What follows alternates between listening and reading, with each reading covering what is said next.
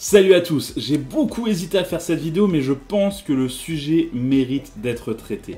Aujourd'hui je ne vais pas critiquer les grosses grilles de BMW, je ne vais pas critiquer non plus le design du nouveau iX, je vais plutôt critiquer la façon dont les équipes marketing ont géré ces nouveautés et ont géré les réactions face à ces nouveautés. Parce qu'en gros, les équipes marketing nous expliquent qu'ils ne vous veulent plus comme clients. Et là, ça devient très compliqué. Dans cette vidéo, je propose que nous étudions un petit peu la situation pour voir comment on en est arrivé là et surtout pourquoi.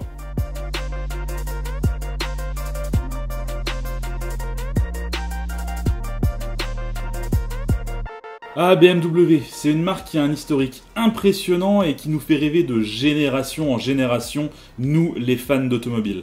Des modèles mythiques qui nous ont marqués, il y en a plein. On a tous ce moment dans notre vie où on s'est dit que BMW, c'est quand même des super bagnoles quoi. Peut-être que pour vous c'est la M8 qui a couru au Mans dernièrement, peut-être que c'est la série 7 dans Demain ne meurt jamais. Peut-être que c'est la fameuse i8 de XXXTentacion, peut-être que c'est la M3 GTR dans Need for Speed Most Wanted, ou alors c'est les nombreuses séries 3 de Air Cobra. Mais quoi qu'il arrive, si vous êtes fan d'automobile, vous avez sûrement au moins un moment avec BMW. Quelque part c'est normal, le slogan de BMW c'est le plaisir de conduire. Et c'est vrai que quand on conduit une BMW, il n'y a aucun doute, on conduit une BMW, la direction est précise, on sent que c'est une propulsion, elle est joueuse, mais tout ce que je suis en train de vous raconter là, ce sont des banalités, vous le savez sûrement, vous qui aimez ou non BMW, vous savez que ces voitures sont de bonnes voitures.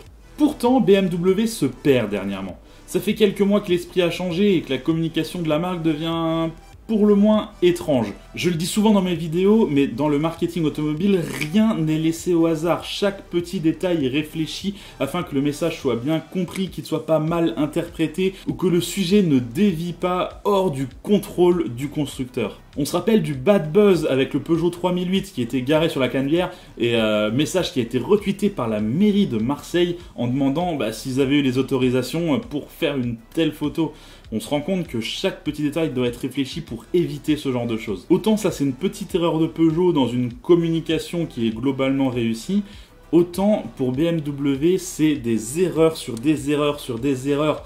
Et on se demande bien comment ils font pour en faire autant. Aux États-Unis, pour souhaiter la bonne année, BMW a posté 7 vidéos.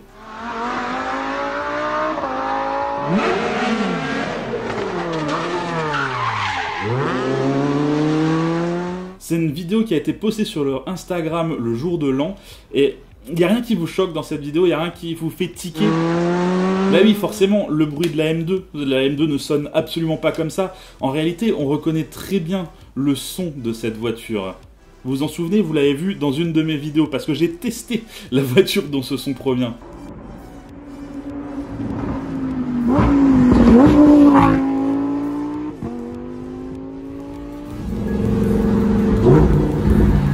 Il y a un tunnel, je suis obligé. C'est le V10 Lamborghini qu'on entend. C'est quelqu'un qui n'y connaît rien à l'automobile, qui a décidé de faire cette vidéo et qui a mis le son d'un moteur de la concurrence sur une M2 pour un post officiel de BMW. Et tous les gens qui ont validé ce post se sont dit « Ouais, c'est bon, on poste ça tel quel, c'est bon, c'est ok. » Mais il y a pire, il y a bien pire. Chez BMW, on a énormément de mal à gérer la communication autour des remarques des fans sur les grosses grilles de la série 7 et plus récemment de la série 4. Je me répète, mais on n'est pas là pour dire si ce design est bien ou mal. Le fait est qu'une grosse partie de la clientèle BMW et des fans d'automobile en général ne les aiment pas ces fameuses grilles.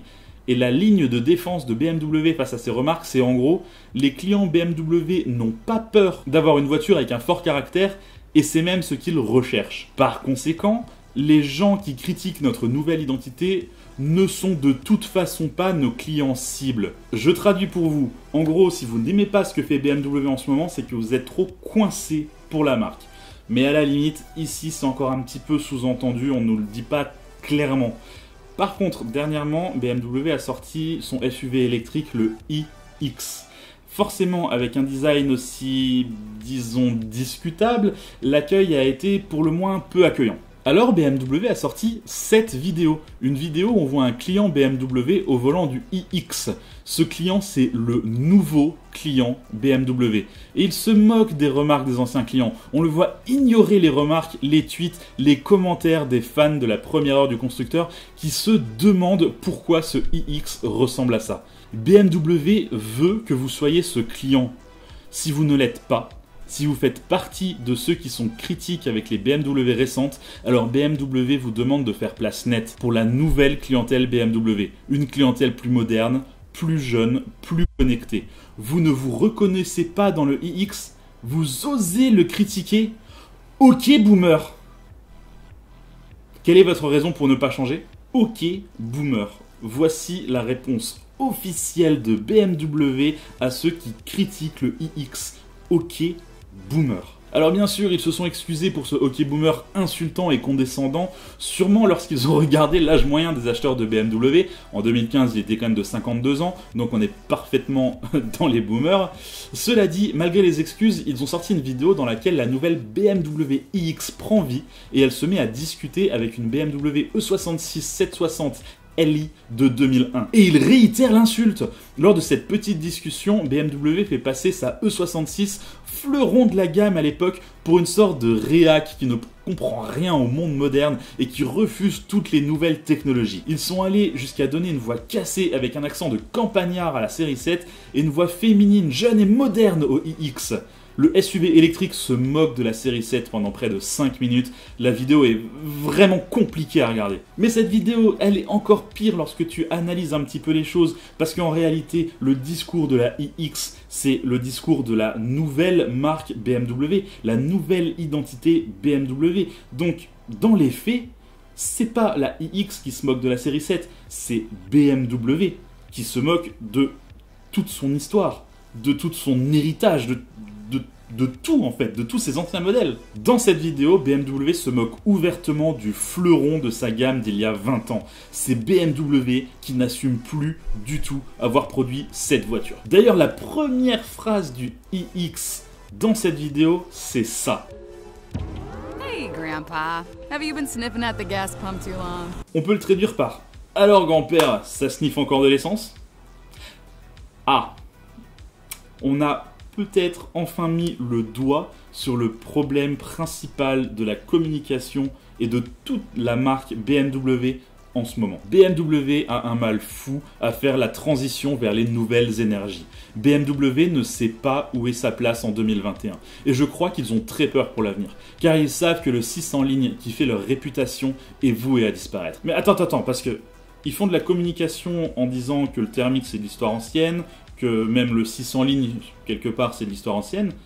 Pourtant, ils nous sortent une M3 et une M4 il y a moins d'un an. Et ils communiquent à fond dessus en disant que c'est une voiture puissante, construite pour la performance. Mais on va où là? Comment la même boîte peut sortir une M4 avec ce genre de communication et au même moment sortir une iX en nous traitant de boomer justement parce qu'on aime les autres voitures de la marque?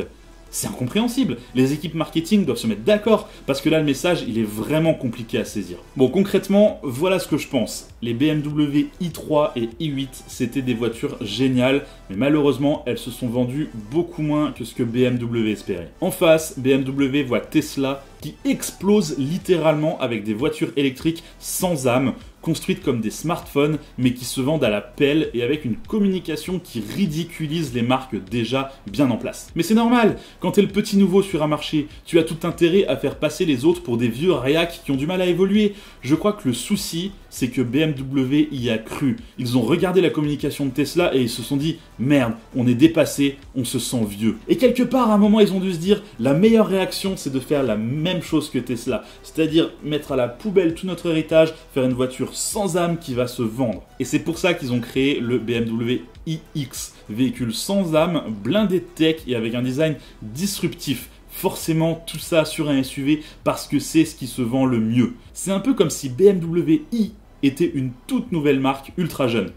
Mais quelque part, ils apparaissent un peu comme cet ami de la famille un peu bizarre que vous aviez quand vous étiez gamin. Vous savez, ce mec qui fait tout pour rester jeune et dans le coup, alors que clairement il est dépassé et se ridiculise plus qu'autre chose. BMW en ce moment, c'est un petit peu la même chose. Aujourd'hui, BMW doit accepter d'être une marque avec un passé. Ils doivent être fiers de leur héritage. Ils ont la chance d'avoir une histoire passionnante faite de nombreuses victoires. Ils ont une communauté de fans passionnés et ils se doivent d'entretenir ça par tous les moyens. Et c'est d'autant plus choquant quand on voit comment la concurrence présente à peu près les mêmes modèles. Regardez cette pub de Mercedes avec The Weeknd qui est à mon sens une réussite totale. Je ne peux pas vous mettre la musique en fond pour des questions de droit d'auteur, donc vous irez voir la vidéo par vous-même, vous ne le regretterez pas. Dans cette pub, Mercedes retrace les modèles les plus mythiques de la marque, une par une, en ne se concentrant pas sur la voiture, mais plutôt sur l'histoire des gens qui l'utilisent. On a envie d'être ces gens, c'est super réussi, ça donne envie d'acheter Mercedes, même pour des gens qui n'en ont jamais eu. Et pourtant, à la fin, c'est juste une pub pour un pauvre SUV électrique. Donc en gros, c'est le même cahier des charges que chez BMW. On veut vendre un SUV électrique à une nouvelle clientèle qui n'a pas l'habitude d'acheter les véhicules de notre marque. Sauf que d'un côté, on a Mercedes qui invite cette nouvelle clientèle à les rejoindre dans la communauté Mercedes, cette communauté qui s'est construite pas à pas au fil des décennies, et à la fin, on a le mec de The Weeknd qui résume parfaitement la situation. Quand le gamin est choqué de le voir monter dans une voiture électrique, il répond « Qu'est-ce que tu veux dire que je roule en électrique? Mec, je roule en Mercedes !» Et c'est exactement ça, BMW ne doit pas aller à l'encontre de sa clientèle actuelle, mais plutôt elle doit motiver une nouvelle clientèle à rejoindre la communauté de fans qui est déjà existante. C'est possible, Mercedes y arrive très bien. Le iX ne doit pas s'inscrire en ennemi face à la série 7, elle doit plutôt s'inscrire dans la continuité, parce qu'il faut accepter cet héritage qui est super pour BMW. Il y a d'autres marques déjà bien en place qui tentent ce renouveau en ce moment. Certains y arrivent très bien, certains utilisent uniquement la communication comme Mercedes, qui pourtant fait un SUV électrique, donc quelque part le véhicule n'est pas ultra excitant, mais d'autres utilisent leur héritage, leur connaissance pour faire un véhicule qui s'inscrit parfaitement dans la continuité de la marque. Je pense forcément au Porsche Taycan par exemple. C'est une franche réussite car ils ont créé une vraie Porsche électrique. Ce n'est pas un énième SUV électrique, c'est pas une sorte de fausse Tesla, c'est une vraie Porsche électrique. Laissez d'ailleurs Tesla vivre sa jeunesse, laissez-les faire leurs erreurs de jeunesse d'ailleurs, parce qu'il y a plein de choses qui font... Et c'est clairement des erreurs. Ces erreurs qu'on peut pardonner à une marque jeune, mais qu'on ne laisserait absolument pas passer pour une marque déjà bien en place. BMW a eu largement le temps de grandir pour devenir une marque respectable et respectée. Et ils sont terrifiés par Tesla, qui a pourtant encore beaucoup à prouver avant de le devenir.